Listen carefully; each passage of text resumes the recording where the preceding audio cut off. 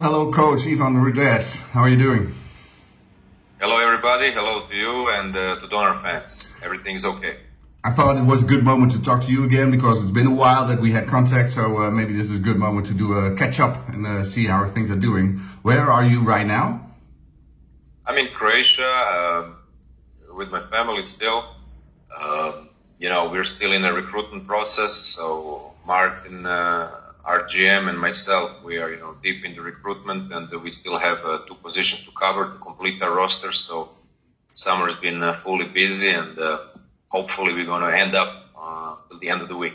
Yeah, because everybody in Groningen talks about that. Everybody knows 2 players more to come. That's probably going to be a 5, and it's going to be probably a new Shane Hamming. Yes, that's correct. And how is the search of players like that? Is it difficult? Is it tough? Is there a lot of players available? It's many players available. It's almost 100 players on each position of different passports, different profiles, different backgrounds, and we are trying to look at the best possible fit. Of course, fans and everybody knows that things with Shane Hamming happened quite unexpectedly for us. So now we were forced to react and get a good supplement for Shane Hamming. It's quite important piece to the puzzle, and we are on our way to close that deal. And do you think it's going to be within a couple of days, probably, that you can give names? Well, it doesn't make sense to give any names because there's really we filter it to 10 players now. So now we have to check fully their background. We were close to agreement to 1 player yesterday, but him and his agent decided to go in the other direction. I think we are still competitive on the market, even though our budget is not the biggest one. We still have to compete against high-level budget teams from France and Germany. But we are on our way, and for sure we're going to close the deal on the best possible option. Okay, you give a smile, so that's good news, of course. When we look at the players so far, we got 10 players, as you mentioned. We talked to a lot of them. Davonte, of course, Jared. Talked to your brother, Damian. I talked to Will. Everybody could see the interviews.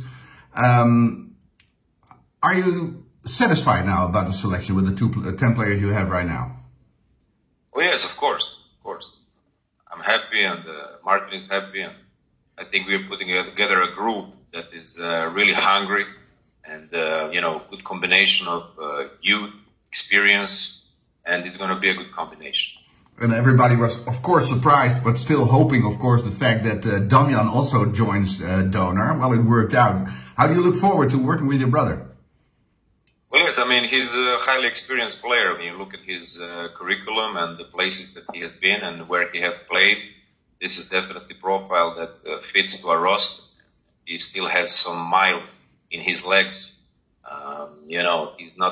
He hasn't been seriously injured so far, knock on the wood. So, he's healthy, and the fact that I saw for the last 6 weeks, he hired a special trainer, so he really wants to get back to his peak, and this draw attention to him from Martin and myself, and we find quickly an agreement. Okay.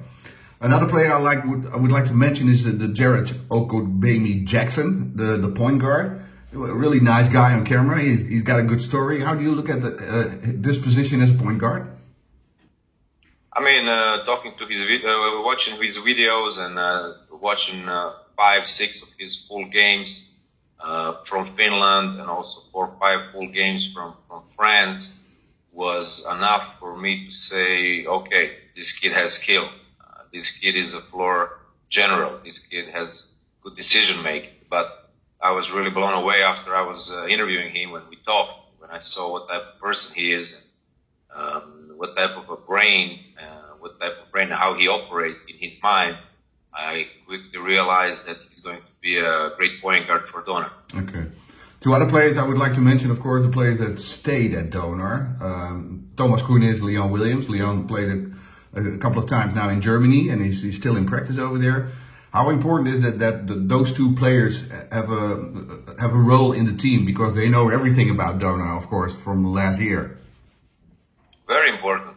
As soon as I committed to Donor, those 2 guys are the first guys that I talked to together with Shane, because I expected Shane that he's going to be staying. But Leon and Thomas are the first guys that I talked to, and I'm counting on them a lot, and they are important.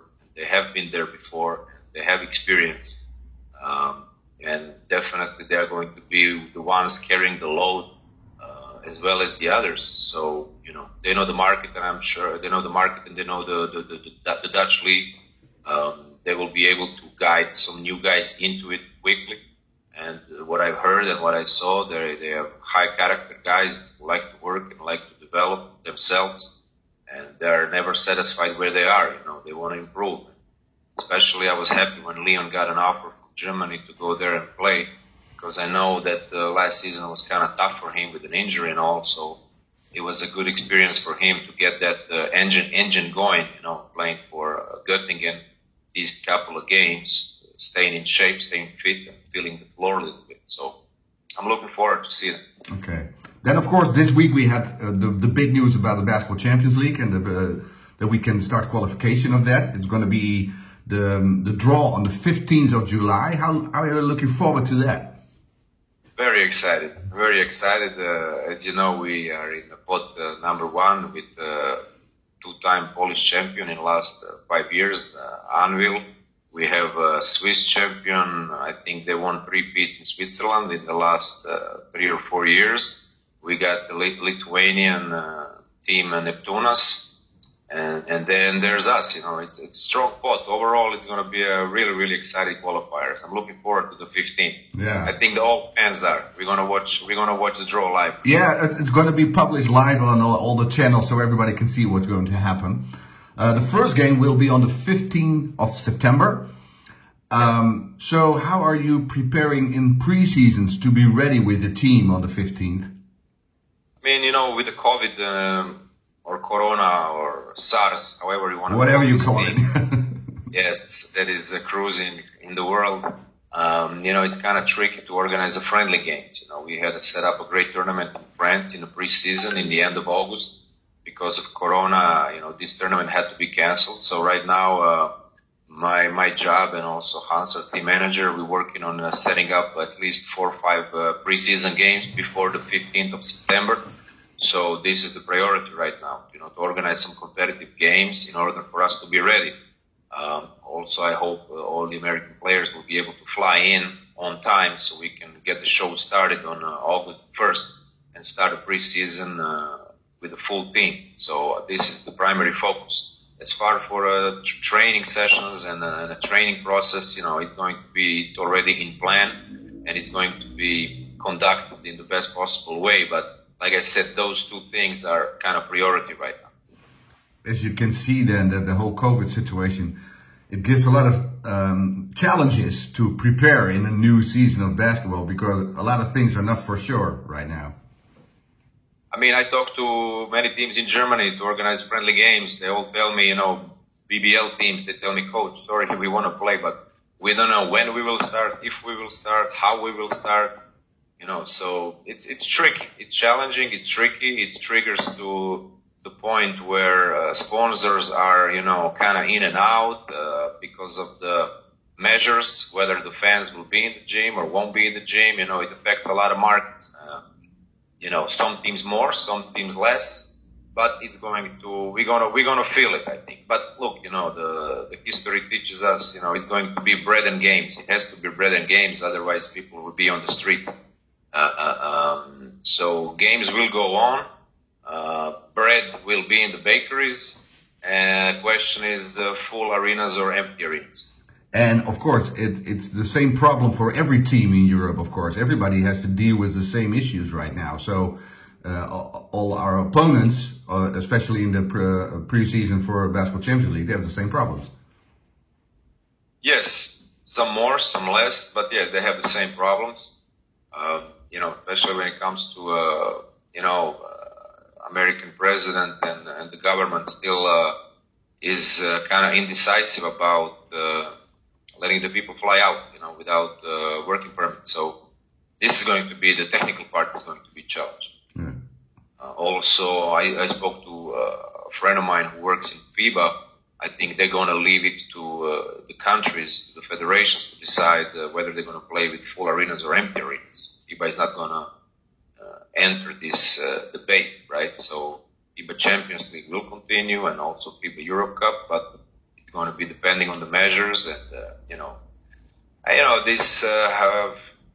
I'm not a scientist and it would be ignorant for me to talk about this, but it's obvious that there's a big gap in what we are reading in the media and what the reality is. History also teaches us that you shouldn't trust too many media, because they have all the spectrum of information that you're receiving, from the blackest to the whitest to the most positive. So, I think we should just focus on what our job is, and our job is basketball, and I'm trying to talk to players in a sense of to use this period to get better at something. I mean, this should be a display of character, 5 months without basketball almost. I mean, you cannot just lay down and watch the news. It doesn't make any sense. You're a professional, you're committed to a craft, you're committed to a job, so whether it's getting better in explosive strength, agility, quickness, flexibility, there is so many room and areas to improve as a basketball player that has nothing to do with COVID or has nothing to do with the media. So I think we should just be focused on our job and on our craft and come on August 1st ready like a group of soldiers who are ready to fight for trophies. Love it. Thanks. And what about yourself? When are you going to Groningen? And the arrangement already been made to come? Yes, Hans is working on it. I think I will fly in between 23 or 24 of July. Okay. And you expect a lot of people on the airport from Groningen to welcome you over here? No. Don't put that pressure on fans. They have other stuff to worry. Okay. They will judge, sure. They will be judge and jury when the games come. Okay. Well, it's good to talk to you again, Coach, and hope to see you within a couple of weeks. Thank you very much, AJ, and all the best to you, and big regards to Donor fans, and I can't wait to start. Also, players are very excited, and we are all fired up.